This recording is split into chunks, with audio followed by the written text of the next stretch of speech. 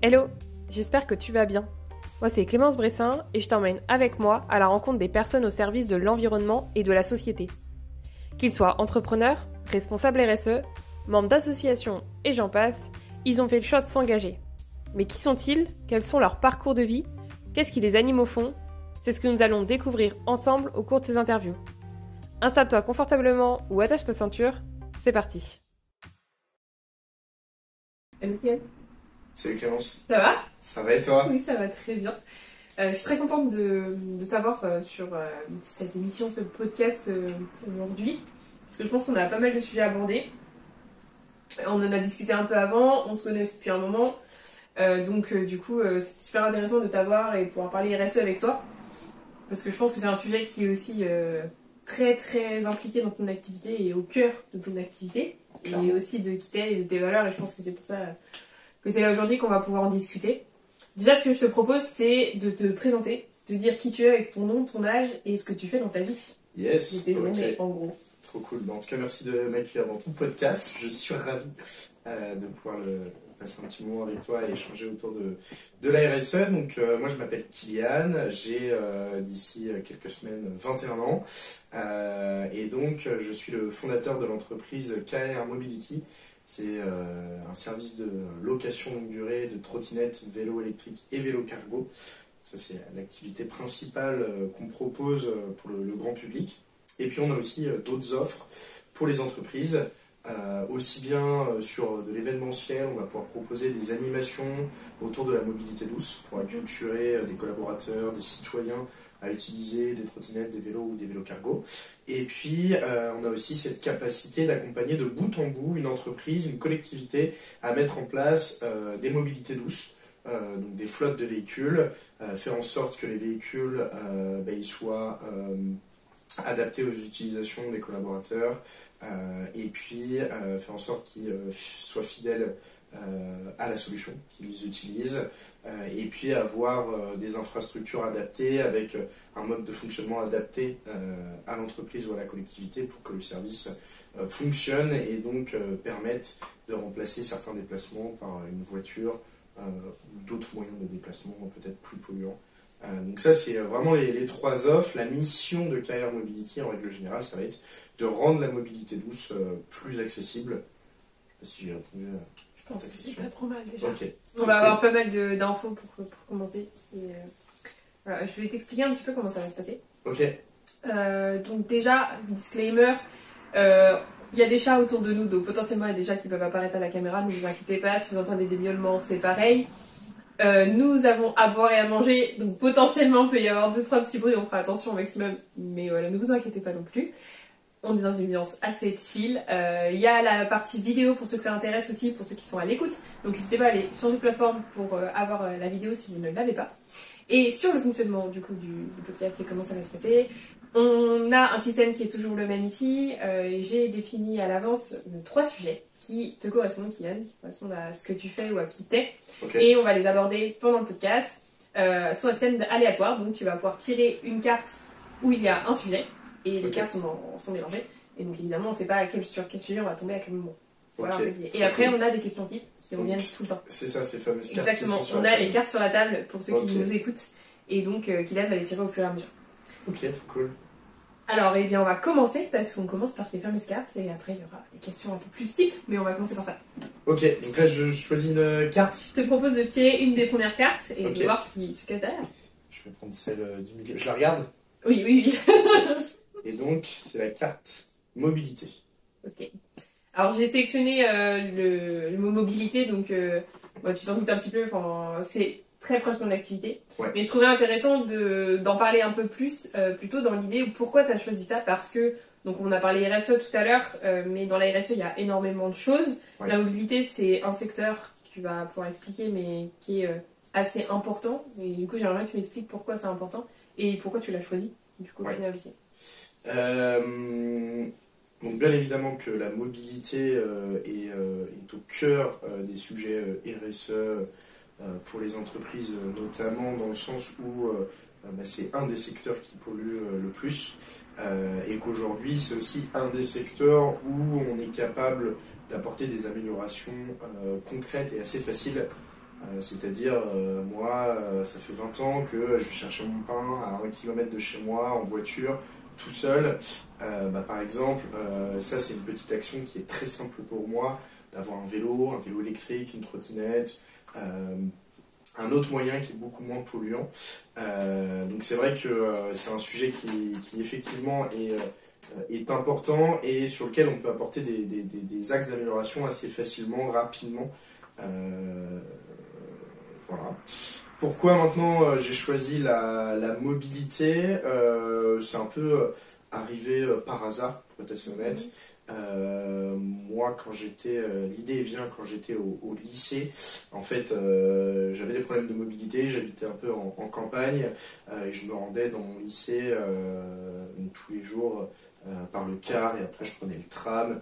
Et ça prenait 1 heure et c'était infernal et le matin il y avait beaucoup de monde et je savais qu'avec une trottinette je pouvais gagner pas mal de temps et que ce soit aussi plus sympa et que j'ai une plus grande liberté dans mes déplacements. Donc c'est un peu là vraiment la genèse du projet et c'est un peu là que je me suis dit ok, donc au début c'était la trottinette électrique qui n'est pas assez accessible et qui s'est derrière un peu étendue sur la mobilité en général, la mobilité douce qui n'est pas assez accessible. Voilà, est-ce que j'ai répondu à ta question? Mais du coup, c'était quoi le problème? Parce que tu dis, voilà, tu prenais le bus et tout, c'était long en fait. Mais du coup, tu dis aussi qu'il y avait un problème d'accessibilité à la mobilité douce à ce moment-là. C'était quoi les solutions que tu avais? Est-ce que tu avais vraiment, genre la trotte, c'était quelque chose déjà assez développé ou justement tu avais peut-être galéré ou comment tu as pensé à ça? Enfin, dire, il y a quelques années, à part le vélo qui était, je pense, vraiment globalement utilisé par tout le monde parce que le vélo ça fait des dizaines d'années et voire très longtemps qu'on l'utilise. Mais la trotte c'était pas du tout la première pensée. Je pense qu'aujourd'hui d'ailleurs non plus on n'y est pas. Mais pourquoi la trottinette? En 2020 c'est là où j'ai l'idée du coup. La trottinette est en plein boom. C'est là vraiment qu'elle explose. C'était en 2020. C'est ça, en mars 2020, juste avant le Covid. Juste après le Covid, on a une explosion encore, pareil, des trottinettes. Donc, moi, je suis parti au tout début sur la trottinette électrique parce qu'en fait, c'était simple de la plier, de la mettre dans un car, de ressortir et de reprendre du coup mon dernier kilomètre avec la trottinette. Ce qui était plus compliqué en vélo, même impossible à faire avec le car parce que mettre un vélo dans une soute, c'est un peu galère. Là, je pouvais soit la plier, la mettre avec moi dans le car, soit sinon en soute, mais c'était quand même beaucoup plus simple. Donc c'est vraiment pour ça que je suis parti sur la trottinette au départ. Ok, donc c'était plutôt par rapport au bus que dans tous les cas tu l'utilisais. Ouais, c'est ça. Vraiment, et puis même encore aujourd'hui, en fait, la trottinette électrique est vraiment le meilleur véhicule à utiliser en intermodalité. C'est-à-dire train plus trotte, voiture plus trotte, bus plus trotte, enfin différents types de mobilité à coupler. C'est vraiment la trottinette parce qu'elle se plie bien, elle est beaucoup moins encombrante et derrière une fois qu'on la sort et qu'on l'utilise, elle a quand même une réelle valeur ajoutée sur notre dernier kilomètre parce qu'on va quand même assez vite et de manière assez sécurisée. Donc pourquoi la trottinette?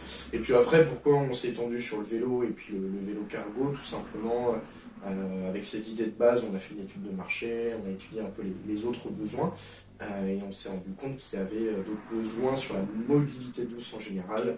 En fait, j'ai couplé cette idée de ne pas avoir de trottinette accessible avec ce que faisait déjà ma maman. Elle faisait du leasing de voiture et je me suis dit en fait j'en ai besoin pour 1 an de la trottinette, est-ce que ça n'existe pas une location longue durée?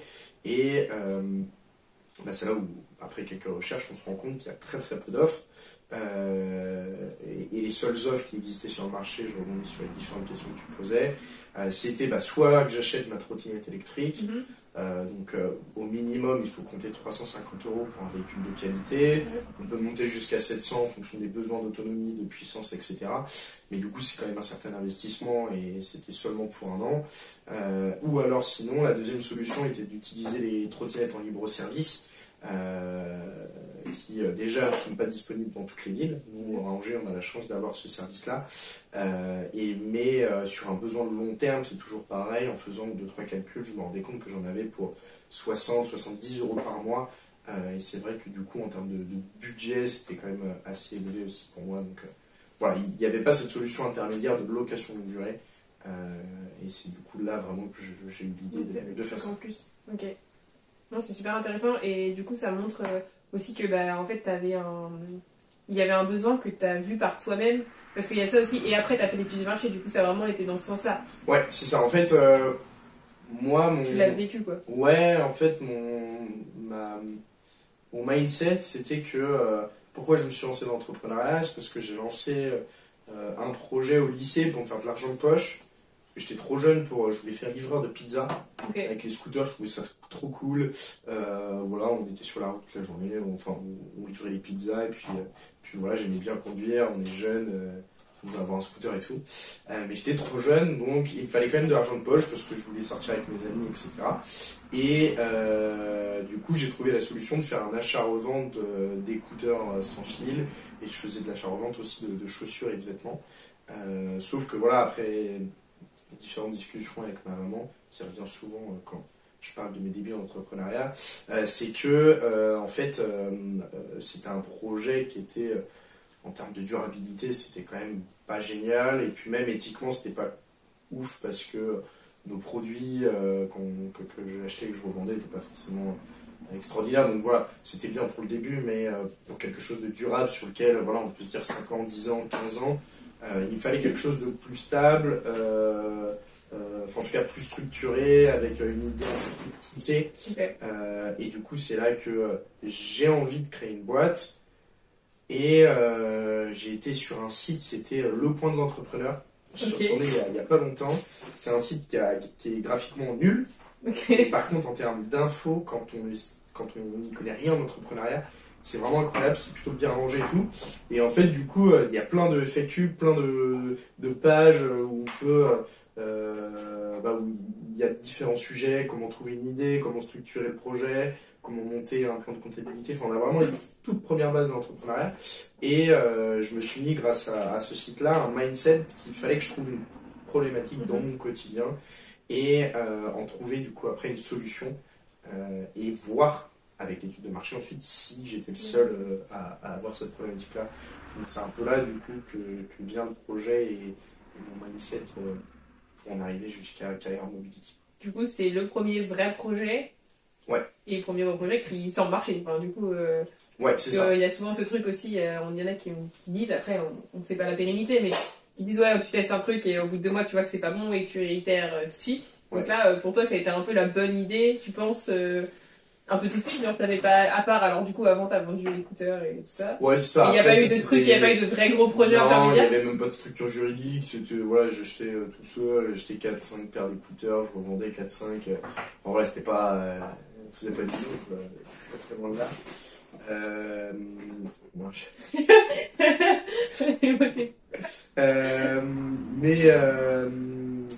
Mince, c'était quoi la question? Tu disais que t'avais pas eu de gros projet entre les deux. Non, j'ai pas eu de gros. C'est le premier vrai gros projet que structure. Après, je pense la force de KR Mobility, pourquoi on existe depuis avril 2021, c'est notre flexibilité, notre manière à s'adapter, parce que au début on n'avait que l'offre pour les particuliers, on a ouvert les offres pour les pros par rapport à ce qu'on avait comme demande de nos clients, et voilà, on a toujours cette capacité à être flexible par rapport aux demandes de nos clients. Ça, je pense, c'est notre force, et ça fera notre force pendant quelques années, je pense, jusqu'à trouver vraiment les créneaux sur lesquels on est, et voilà, où il y a une demande assez importante pour être spécialisé dedans. Mais je pense que c'est vraiment la force. C'est vrai que moi, je peux parfois entendre des entrepreneurs sur un podcast ou en échange direct dire le premier projet, c'est jamais le bon, ou il faut toujours quelques projets, on va toujours se casser la gueule pour rebondir. Ouais, ok. Mais en vrai, je crois aussi qu'on est capable du premier coup de réussir à faire quelque chose de périn. Même si effectivement demain, si je monte un deuxième projet autre que KR Mobility, c'est vrai qu'il y a des choses, ça ira plus vite, ça sera mieux, parce que on aura déjà des process, on aura des automatismes, on saura qu'à ce stade-là de l'entreprise, il ne faut pas s'inquiéter, qu'il faut attendre, patienter, persévérer. Mais en tout cas, je crois plutôt à la pérennité de KR Mobility, parce que je suis arrivé au bon moment sur un marché qui avait un besoin, mais honnêtement sans forcément le savoir.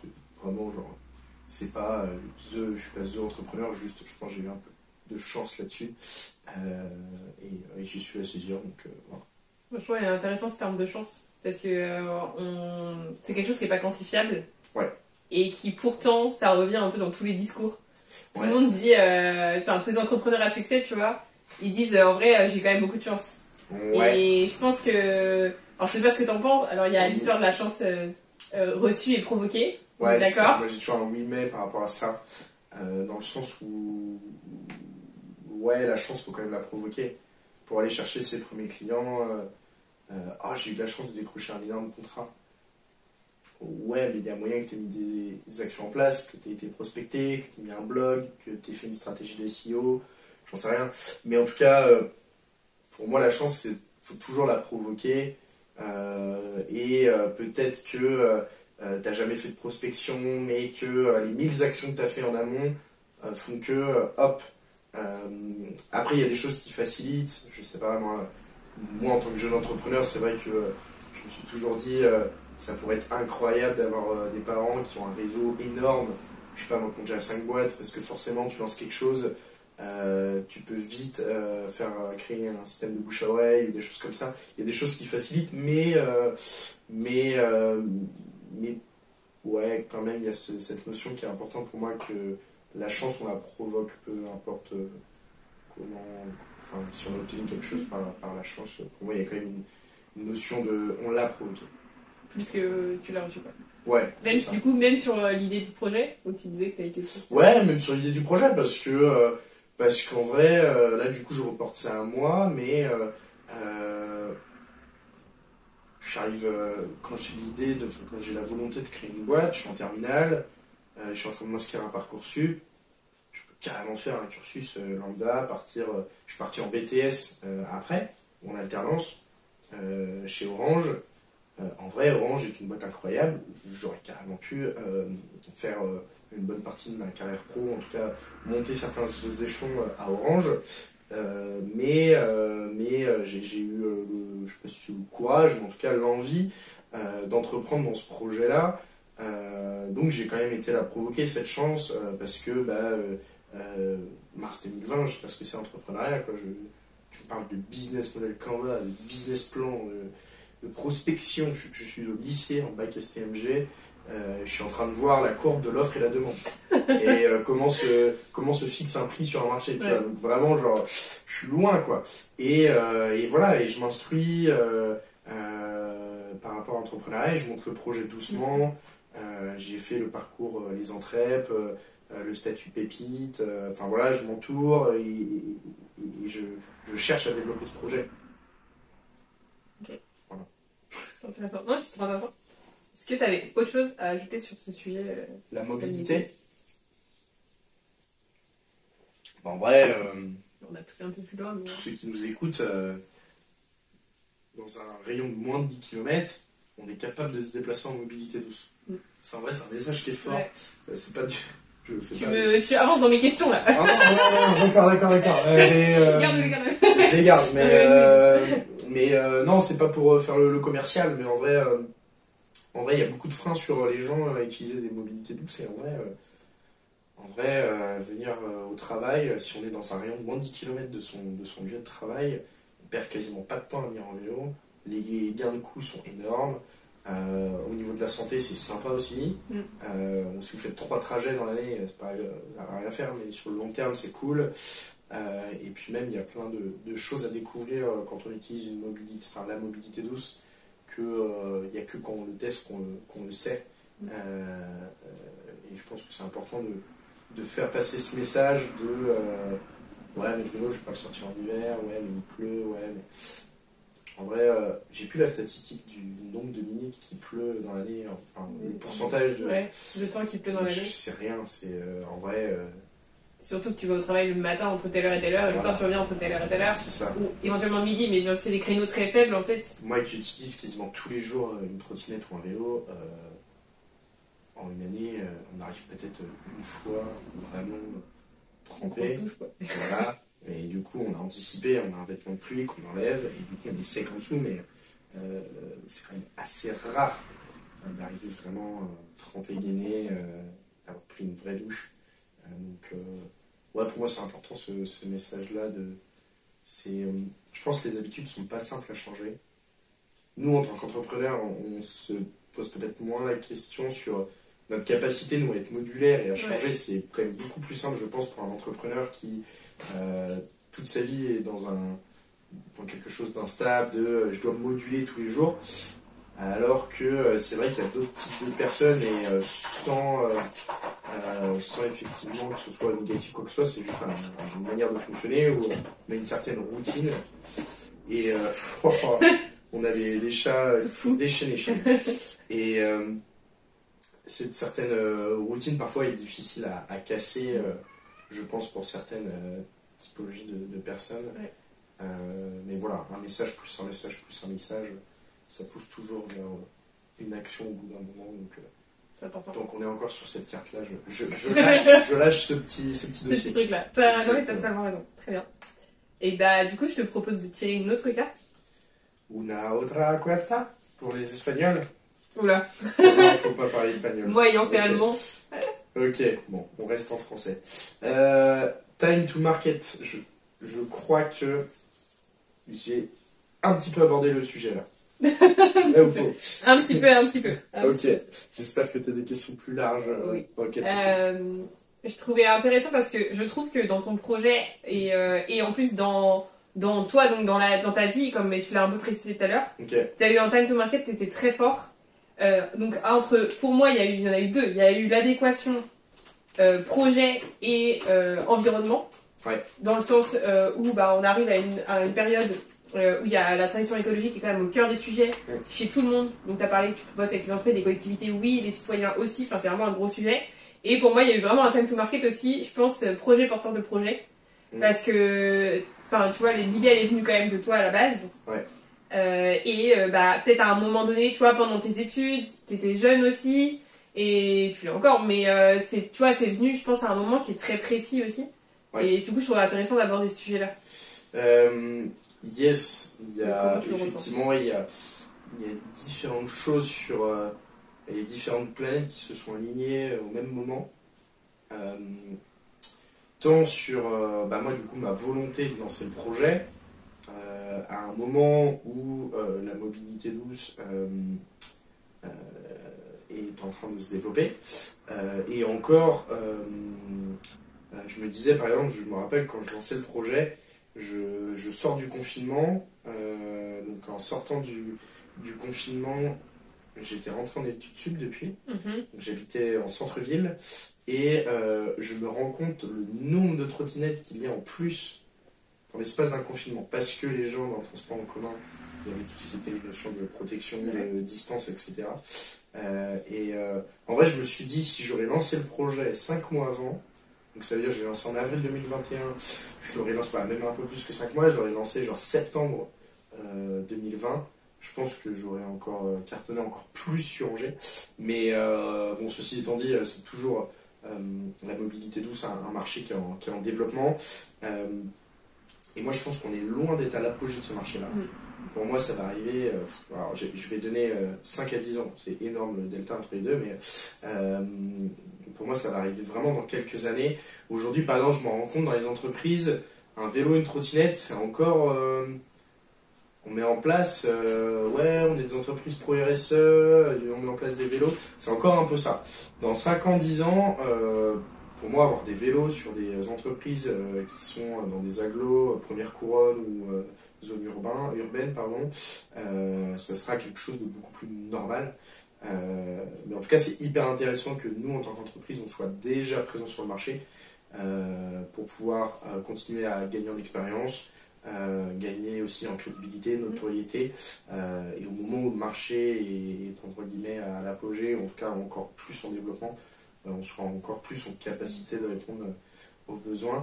Il y a ça, et puis je trouve aussi il y a des petites choses qui concordent bien avec notre projet. Par exemple notre offre pour les particuliers de location longue durée, on arrive là sur des moments où économiquement c'est un peu compliqué pour le grand public, pour voilà, des personnes qui ont des familles, les actifs qui se lancent dans la vie active, des jeunes actifs plutôt. Voilà, c'est pas simple, investir dans une voiture, le permis, assurer l'assurance, l'essence. Et demain, nous on arrive avec une offre à partir de 26,90 € où ils peuvent louer un véhicule. Et je trouve aussi qu'on arrive bien à un moment où voilà, on rend accessible une mobilité. Et moi j'échange pas mal avec des boîtes d'intérim, avec voilà, des personnes qui sont en réinsertion. Avec la ville d'Angers, il y a des cellules là-dedans et on discute pas mal où effectivement il y a des leviers, enfin des freins à démarrer une activité, à se lancer dans un emploi, etc. Parce que la personne commence à 5 h du matin, il n'y a pas de transport en commun, elle n'a pas de sous pour avoir une voiture. Et nous, on arrive avec une offre à partir de 26,90 €. Ils n'ont pas de job, donc ils n'ont pas leur premier salaire. Donc nous, on arrive avec une offre où, voilà, puis ils s'arrangent avec un proche, un truc, où ils peuvent réussir à trouver l'argent pour démarrer la loc. Et puis derrière, du coup, ils sont quand même beaucoup plus mobiles et rapidement. Donc, ouais, il y a plusieurs planètes qui se sont alignées et j'en suis ravi. Après, sur ma partie personnelle,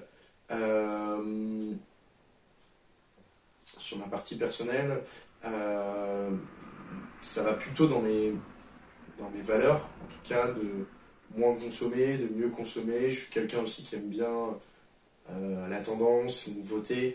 Donc voilà, la trottinette est à la mode. C'est vrai que du coup c'est un truc qui, voilà, ça me hype bien d'avoir une trotte et de me déplacer avec ce véhicule. Et puis en plus j'ai trouvé une vraie utilité, en tout cas dans les zones urbaines. Donc c'est vrai que je suis moi-même le premier utilisateur de mon service. Donc je pense que je suis plutôt bien placé pour le développer. En tout cas, je pense que c'est de toute façon hyper important quand on développe un projet d'avoir l'amour pour le projet. Mais ouais, voilà, en gros, je suis plutôt en cohérence avec ce que je propose. Donc je trouve ça aussi que ça va ensemble. J'ai une question, alors c'est lié un peu à le sujet qu'on va aborder après, mais je pense que je vais me mettre là quand même. Parce que c'est lié à ça quand même, du coup on me disait que tu as commencé le projet jeune. Ouais. Et est-ce que et du coup moi je voyais bien un lien entre porteur de projet et projet. Ok. Et qu'est-ce que tu penses de justement de ce moment-là? Est-ce que pour toi personnellement tu le vois aussi un peu comme un time to market, en fait c'était le bon moment pour toi dans ton développement personnel et dans ta dans ton développement personnel, je pense que c'est le bon mot. Okay. Ou est-ce que tu vois, est-ce que ça a été vraiment une vraie opportunité, genre tu sens que ça a changé quelque chose dans ta vie s'il n'y avait pas eu ça, ou est-ce que peut-être ça a été aussi négatif sur certains points, je sais pas. Comment tu l'as ressenti personnellement? En toute honnêteté, en vrai, le projet est arrivé assez naturellement. Comme je disais, en regardant les problématiques de mon quotidien, j'ai découvert celle-là. Après, en toute honnêteté, je pense que si ça n'aurait pas été ça, j'aurais trouvé autre chose dans mon quotidien. J'avais d'autres idées, mais en fait, pourquoi je ne me suis pas lancé, c'est parce qu'il fallait faire de la R&D, rechercher des produits. Alors, honnêtement, je ne sais plus exactement ce que c'était, mais je sais que j'avais des projets de création de produits ou de choses pour améliorer son quotidien, être plus productif. C'était ça un peu moins mon... Quand j'étais au lycée, j'étais en sport-études, donc en vrai, j'avais des journées, je commençais à 8 h, je finissais à 16 h les cours. J'avais entraînement jusqu'à 18 h, j'en venais chez moi, il était 19 h, je prenne ma douche, que je mange, je fasse mes devoirs. Il était vite fait 20 h 30. On regarde une vidéo sur YouTube et puis on dort, quoi. En gros, c'était ça. Donc moi, mon but, c'était vraiment optimiser mon temps, être toujours plus productif, réussir à mieux récupérer physiquement, comment est-ce que je peux avancer plus vite dans mes cours, par exemple, des choses comme ça. Donc c'était un peu ça le délire. Et en vrai, ouais, si ce serait pas cette problématique que j'aurais forcément vu, je pense que j'aurais vu autre chose. En tout cas, moi, j'avais vraiment cette volonté de très vite être indépendant. Moi, je savais qu'à la fin de mon lycée, mes parents partaient d'Angers, et moi, je voulais absolument rester sur Angers. Donc, j'avais l'objectif de trouver une alternance pour réussir à vivre financièrement. Mais voilà, en vrai, j'ai toujours voulu avoir un impact, et en vrai, je le dis sans avoir honte, mais un impact très fort sur la société. c'est-à-dire demain avoir une entreprise qui pèse, quoi, en gros, et qui, voilà, si demain KR Mobility n'existe plus, par exemple, ou autre chose, ça peut se ressentir et c'est un vrai impact. En vrai, moi, j'ai vraiment cette volonté, pas forcément d'être connu personnellement, de se dire je suis une star, c'est pas ce sens-là, mais voilà, mais dire demain j'existe plus, j'ai laissé quelque chose d'important pour la société, pour mes enfants, pour voilà, que je n'y parle mais plus tard. Et pour ça qu'assez jeune, je pense que j'ai eu cette envie d'entreprendre et c'est un peu vulgaire, mais j'ai un peu cette volonté de vouloir manger la vie, de me dire ok, je suis né, je vais vous montrer de quoi je suis capable, un peu ce mindset-là. Ok, ouais, c'est super intéressant. Merci. Voilà. T'avais autre chose sur ce sujet ou pas? Time to market. Non, pas spécialement. Je pense que je suis grave détaillé, je pense. Oui, non, carrément. Carrément. Et bah, du coup, je te propose qu'on passe au dernier. The Last. Et The Last One. Ok.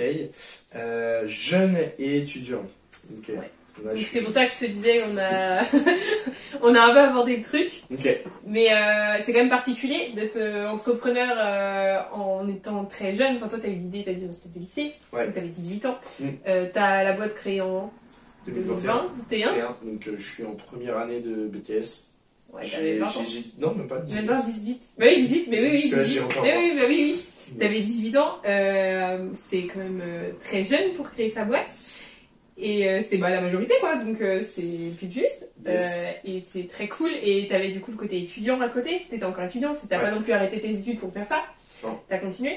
Donc Merci, tes parents toujours là. Ouais, carrément. Mais je trouve que c'est super intéressant de pouvoir l'aborder aussi et de pouvoir montrer en fait qu'on peut créer une boîte pendant ses études en étant jeune, voire très jeune, parce que t'avais quand même 18 ans, enfin c'est très jeune en fait pour une boîte. Ouais. Donc enfin voilà, si tu pouvais en parler un petit peu, peut-être dire bah comment t'as vécu le truc quoi, parce que. Je pense qu'il est important, c'est que je revienne encore même avant moi ma volonté de vouloir créer la boîte, ma volonté de lancer, enfin de faire mon achat revente, voilà, et d'être entrepreneur. Moi, quand j'étais jeune, j'ai toujours très vite été laissé à la maison, etc. C'est pas des choses hyper graves, mais je pense que c'est important de le dire vraiment, parce que c'est quand on est plus jeune qu'on se construit.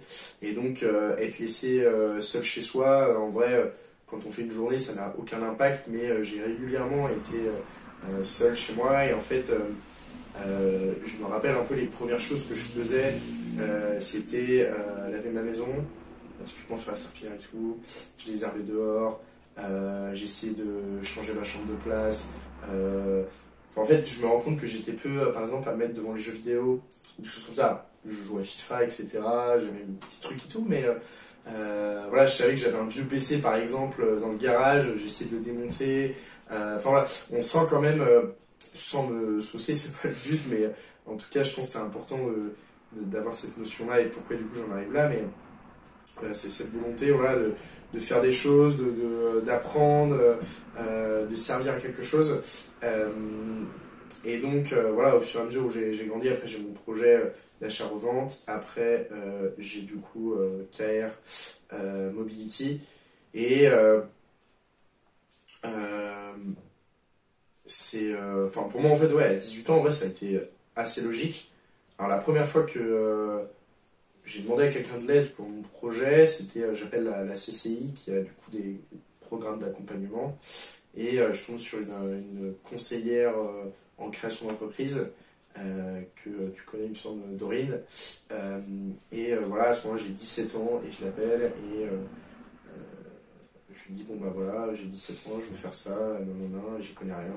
Alors on passe, et je pense aussi que j'ai eu de la chance d'avoir cette personne-là, parce qu'en vrai,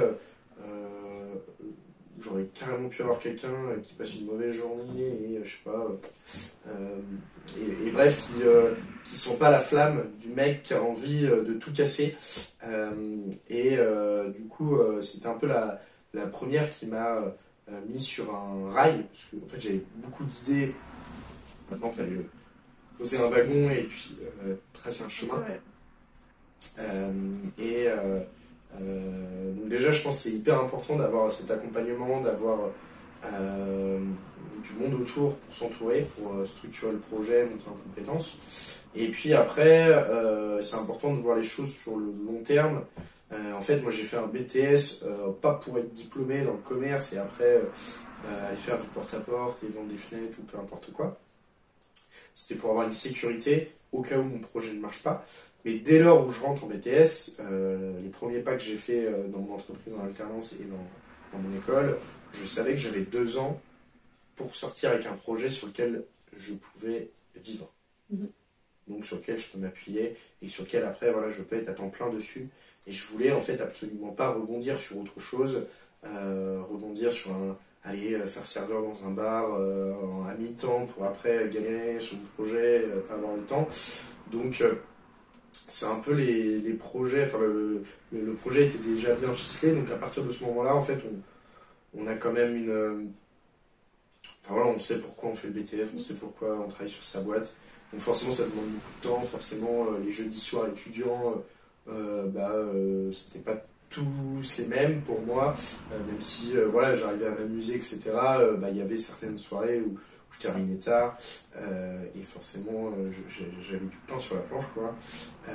Après il y a aussi des choses qui m'ont aidé. J'étais seul dans mon appartement, donc en vrai encore une fois je suis pas hyper jeu vidéo, je mets la télé en fond en fait et puis je rentrais et puis je bossais. En fait j'avais rien d'autre à faire entre guillemets, même si je pouvais me balader, peu importe, mais en vrai j'aimais bien faire ça. Et puis j'ai réussi aussi à avoir un cadre aussi bien à l'école qu'en entreprise qui soit vraiment ultra propice au développement de ma boîte. Au début pour moi ça a été assez dur de dire que j'avais un projet d'entreprise, surtout pour Orange là où j'étais en alternance, parce que j'avais cette peur un peu de me dire je suis en période d'essai, ils savent que j'ai un projet. Est-ce qu'ils vont croire en mon implication envers l'entreprise? Et puis en fait, au fur et à mesure, ça s'est su parce que voilà, j'avais besoin de me libérer, donc de recaler peut-être certaines heures à un autre endroit. Et au fur et à mesure, voilà, mon manager l'a su et il a été vraiment trop cool. En vrai, je sais que ce qu'il a pu m'accorder, on ne peut pas l'accorder à toute une équipe parce que c'est trop compliqué, mais j'avais la possibilité d'aménager un peu mes horaires. Je faisais bien mes horaires, mais je pouvais les aménager un petit peu différemment pour pouvoir aller en rendez-vous, pour pouvoir livrer un client, faire en sorte que je puisse développer cette activité. Et en vrai, ils étaient totalement avec moi et ils m'ont grave accompagné pour que, aussi bien l'école que l'entreprise, à la fin de mon BTS, je puisse sauter dans le bain de l'entrepreneuriat à fond et puis développer au maximum. Et voilà. Donc, ouais, en vrai, c'était 2 ans hyper intensifs. 2 ans pas toujours simples parce qu'on est en cours et en vrai, on n'a pas du tout envie d'être en cours.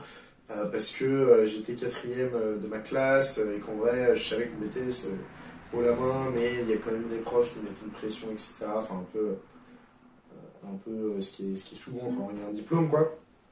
Mais voilà, c'était pas toujours hyper simple, etc. Mais en vrai, ça se fait. En vrai, 2 ans dans une vie, c'est pas grand-chose. Si on sait pourquoi on le fait, on se fait mal. Et puis après, j'ai plutôt bien fait les choses et du coup ça m'a permis de rebondir et après les études de basculer directement sur ma boîte à temps plein. Donc ça c'est vraiment trop chouette.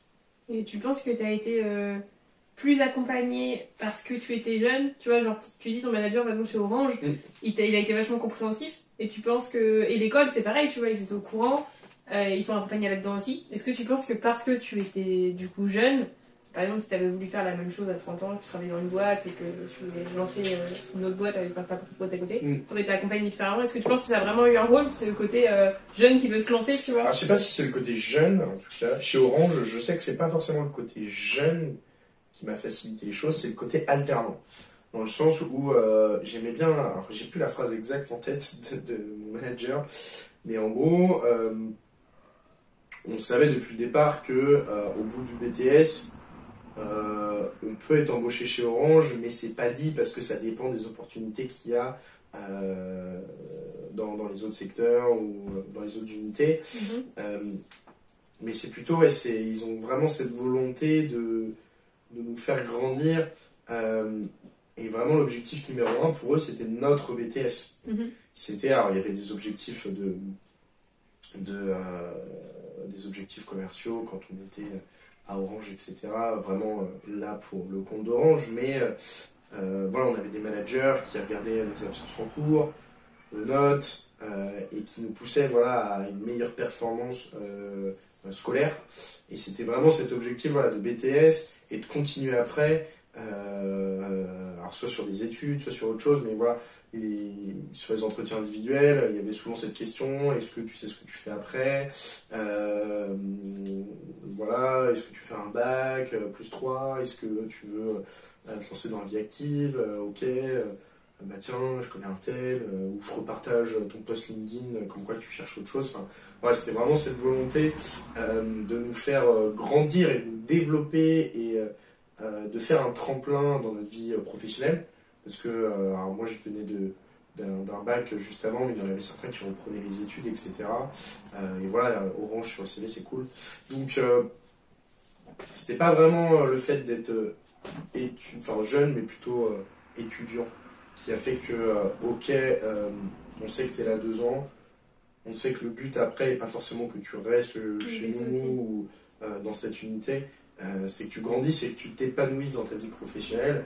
Alors, c'est plutôt légitime ce que tu me poses comme question. Maintenant, j'accepte telle et telle chose, on a mis un cadre quand même, et donc ça a permis de faciliter, on va dire, les choses. C'est toujours bien d'avoir la confiance et la motivation de son manager dans sa boîte, et cette confiance pour ce qu'on veut faire après, ne serait-ce que voilà, on rentre de rendez-vous, ça s'est peut-être même pas très bien passé, on retourne à Orange par exemple, voilà, c'est toujours cool d'avoir un manager qui prend 3 minutes pour par exemple parler du rendez-vous que j'ai eu qui n'est pas du tout avec Orange, et voilà, pour me dire ok, bah, est-ce que tu as fait ça, est-ce que tu as fait une bonne découverte client, est-ce que derrière tu as proposé quelque chose de clair, est-ce que enfin voilà, donc ouais, pour conclure vraiment, c'est vraiment le fait d'être étudiant et non jeune qui, je pense, m'a aidé là-dessus. Ok. Merci beaucoup, parce que c'était très intéressant. Je pense que ça peut aider beaucoup de gens aussi, et beaucoup de jeunes étudiants. Ouais. Peut-être rassurer aussi, tu vois, sur le parcours et tu vois, sur le fait bah, là, qu'on peut continuer ses études, monter un projet à côté. Ouais. Qu'il y a aussi des boîtes qui, en fait, ne vont pas forcément vous en vouloir.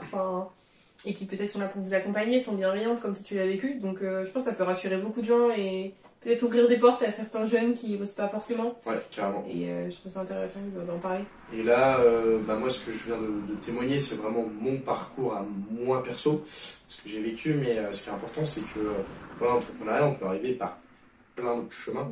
Et ce qui est important, c'est, et je pense dans la vie en général, c'est s'il y a un projet, s'il est clair, qu'il est sensé, que il est structuré, que voilà, par exemple, vous avez fait des études en compta et que vous voulez vous lancer en producteur de film, peut-être un peu chaud, mais par contre, vous avez fait de la compta, vous voulez monter votre boîte en compta, j'ai fait un cabinet de comptabilité, c'est un exemple, mais ok, bah là c'est légitime, si à partir de ce moment-là il y a quelque chose voilà, qui a été travaillé, etc., je pense que les gens peuvent le comprendre. Et s'il y a des raisons, voilà, je vais être entrepreneur parce que voilà, j'ai envie d'une certaine liberté, j'ai envie d'avoir un peu plus d'impact, j'ai envie de prendre plus de risques. Enfin, s'il y a des choses qui sont claires, c'est intéressant. Moi, là où je veux mettre des freins quand même, parce que j'ai l'habitude de rencontrer des entrepreneurs pour échanger sur leurs projets ou des entreprises déjà créées, c'est vraiment... moi, je trouvais qu'il y avait une grosse hype pour l'entrepreneuriat, dans le sens... c'est stylé, je suis entrepreneur, mais en vrai la réalité du terrain c'est qu'il y a du taf. La réalité du terrain c'est que vous êtes dans un meilleur confort et en meilleure sécurité en étant salarié, et que si c'est juste pour acheter une belle voiture et frimer, en vrai faites un taf, vous vendez des fenêtres pendant 2 ans, vous allez vous faire des belles coms et puis vous achetez votre véhicule avec un prêt, ou bref. Je pense que l'entrepreneuriat c'est vraiment au-delà d'une quelque chose de tendance, c'est quand même un choix de vie et une manière d'être qui, de manière innée, il faut quand même avoir certaines choses pour pouvoir réussir à ne serait-ce que se payer en entrepreneuriat. Merci pour ce mot. Yes. Déjà, je suis philosophe. C'est juste de donner le... Non, mais c'est bien, ça ressort de ton expérience et de ce que tu as vécu. Ouais, et c'est du ça. coup, c'est honnête et c'est aussi avec les gens à qui tu parles. Et si tu le ressors aujourd'hui, c'est parce que tu en avais besoin de le dire, tu vois. Ouais, c'est clair. Donc, clair. c'est cool. C'est pas la première fois que j'ai dit un peu ce ressenti-là, et je pense que c'est important, moi, quand je rencontre des entrepreneurs, d'échanger là-dessus, sur pourquoi ils veulent être entrepreneurs, et de se poser les bonnes questions avant de se lancer, puisque une fois qu'on a un prêt bancaire, ou qu'on engage du temps, ou qu'on démissionne, ou un truc, le retour en arrière est un peu plus compliqué, et faut pas se prendre une claque de j'ai les épaules pour, mais en fait non. Okay. Merci. Merci à toi, Clémence. Chose à dire ou pas? Non. Ok. Je vais te poser les petites questions pour finir un peu typiques. Ok. Alors, est-ce qu'il y a un livre, un film qui t'a marqué personnellement, alors que du coup, peu importe, hein, ça peut être sur l'entrepreneuriat ou pas, on peut sortir du cadre. Sur l'entrepreneuriat, c'est un livre, mais je n'ai plus le nom. Ah. C'est alors, vous pourriez hyper facilement le retrouver. C'est un livre qui est écrit par l'ancien président de la CCI 49. Et c'est un livre, en gros... C'est le livre d'Éric Roux. Oui, voilà, Éric Roux. Ok, c'est les 7 clés de la réussite. Je crois que c'est ça le titre du bouquin. Ouais, quelque chose comme... Et ouais, c'est un truc comme ça. Et en Je gros, crois. c'est un peu... Vous allez le retrouver, c'est Éric Roux, du coup, le Ouais, c'est genre, je sais pas, il doit avoir 50, 60 ans, et il explique en fait toute sa vie, il a monté des projets, il a fait plein de trucs, et du coup, il lâche un peu les clés. Ouais, mais je crois que c'est ça, c'est les 7. Ouais, bah, c'est ça, les clés vraiment de la réussite, et je pense que ça, c'est important. Et après, bon, je suis pas très très film et tout, mais bon, c'est celui qui me marque le plus, là, ça fait très longtemps que je l'ai lu, et qui me hype de ouf. Et surtout que ce livre est vraiment tout petit. Enfin, je vous invite à aller le lire. Il est vraiment Ouais. tout petit, mais il est ultra en valeur. Il est ultra chaud. Il est trop bien. Ok. Est-ce qu'il y a un échec que tu as vécu? Encore une fois, ça peut être vie pro, vie perso. Et où tu as appris quelque chose derrière. Et tu peux nous partager cet apprentissage. Oh oui, il y a des échecs. Après... un vrai gros échec qui serait important à échanger, vie pro, vie perso, c'est peut-être la gestion de la vie pro et vie perso, je pense qui est c'est pas un échec forcément, mais plutôt moi un peu trop accroché, un peu trop amoureux au projet qui parfois ne prend pas assez de temps pour moi, qui a du coup un impact après sur la boîte, sur moi perso, et qui je me rends compte est quelque chose que je dois de plus en plus prendre en compte, vraiment mon bien-être émotionnel, mon besoin par exemple de sociabilité, de faire du sport, etc. Et je me rends compte que ouais, c'est quelque chose qui est de plus en plus à prendre en compte, et auquel je suis plus sensible qu'avant, et je vois pas ça plutôt comme un échec, mais en tout cas quelque chose sur lequel moi je travaille, et qui je sais que est hyper important, sinon burn-out c'est sûr. Donc ouais, on va dire c'est un peu ça sur lequel moi je travaille, c'est un truc vraiment de long terme, un peu on sait que on a un mal-être. Au début, c'était un peu la question pourquoi je suis pas bien, pourquoi je suis plus productif, pourquoi j'ai du mal à échanger avec mes amis, pourquoi je suis nerveux. Et ça, c'est un truc vraiment, ça fait pas si longtemps que ça que je m'en suis rendu compte et sur lequel je travaille. Et ça met du temps, mais bien identifier les pourquoi du comment. Moi, je suis beaucoup à positiver, etc. Et c'est pour ça, parfois, quand on se voit un peu négatif, un peu ronchonchon et tout, mince, pourquoi et en tout cas, je pense que c'est important pour son équilibre. Aujourd'hui, je suis seul dans la... Enfin, je suis un peu plus que seul, parce que j'ai une collaboratrice avec qui je travaille, mais en tout cas, j'ai pas un vrai management aujourd'hui sur une équipe. Et je sais que demain, en tant que dirigeant, il faut absolument être bien soi-même. Par exemple, quand la boîte elle est dans un moment difficile, être capable de faire ressentir un minimum de choses collaborateur, c'est hyper important et il faut être bien soi-même pour pas être nerveux, pas parce que ton commercial il a loupé un contrat, que tu sais qu'on a besoin de trésor absolument, que tu vas lui démonter la tête en entretien individuel.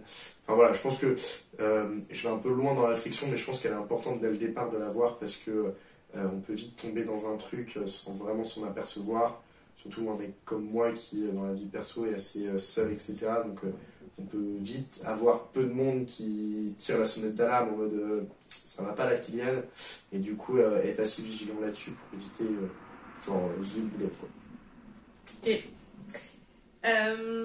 Est-ce que tu peux donner un truc qui te motive en ce moment, ton prochain projet de vie, un truc genre t'as ton étoile polaire, tu vois, actuellement? Ok, perso ou pro? Que tu veux.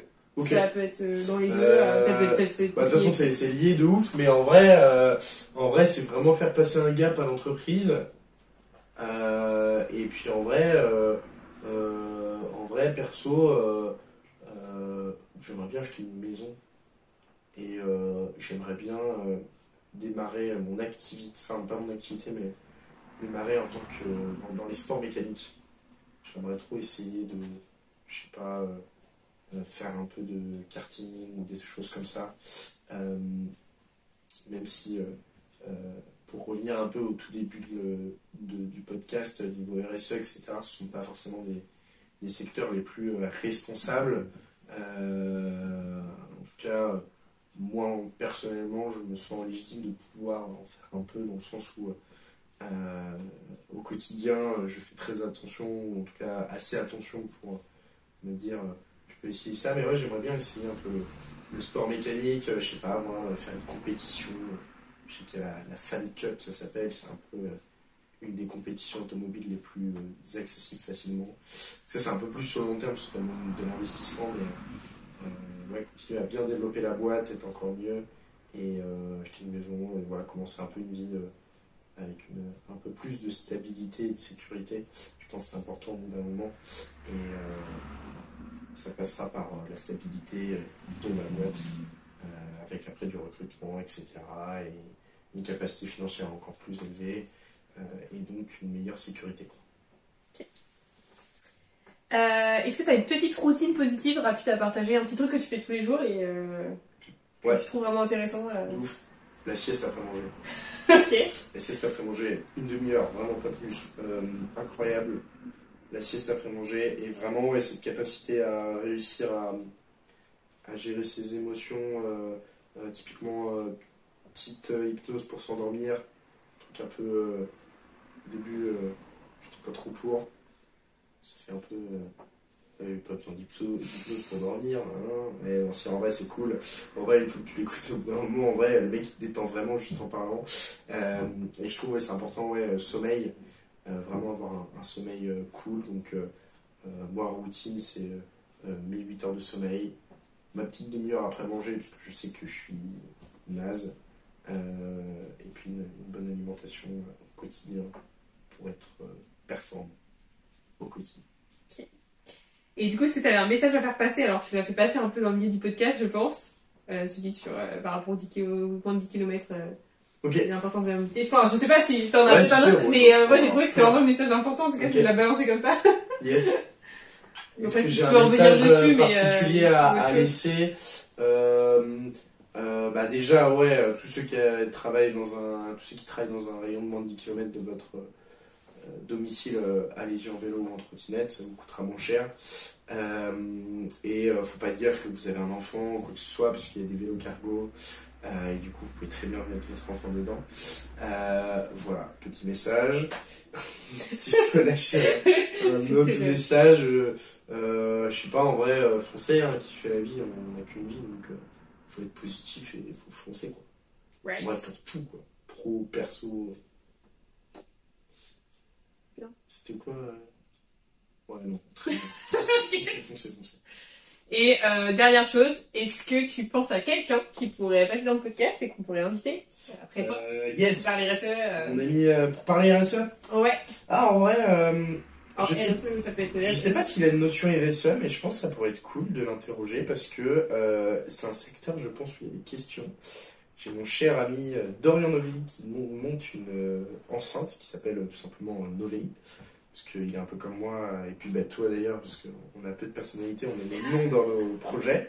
Mais du coup, lui, l'idée, c'est faire une enceinte, alors il expliquera mieux que moi, c'est pour ça que je te laisse l'inviter, mais une enceinte de luxe, une enceinte portative de luxe, et voilà, un marché peut-être qui serait intéressant à interroger en termes de RSE, et comment est-ce qu'il approche le sujet.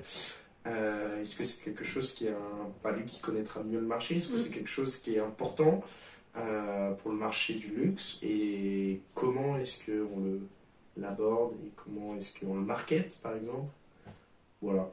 Ok. Des idées, mais je sais pas si ça pourrait être cool. Ouais, carrément. Je pense que, alors après, à voir si lui il est ok pour aborder plutôt des questions de durabilité sur la tech. Du coup, il y a pas mal de sujets. Ouais. Et donc ça peut être intéressant. Après, je sais pas s'il a prévu des choses ou une fabrication voilà, plus durable ou avec des matériaux innovants, je sais pas trop. Je t'avoue que c'est pas un sujet sur lequel on a beaucoup échangé, mais ça peut être intéressant du coup, au moins le challenger dessus. Et, ouais, carrément. Bah, en fait, moi je suis assez convaincu que en 2022-2023, on monte une boîte.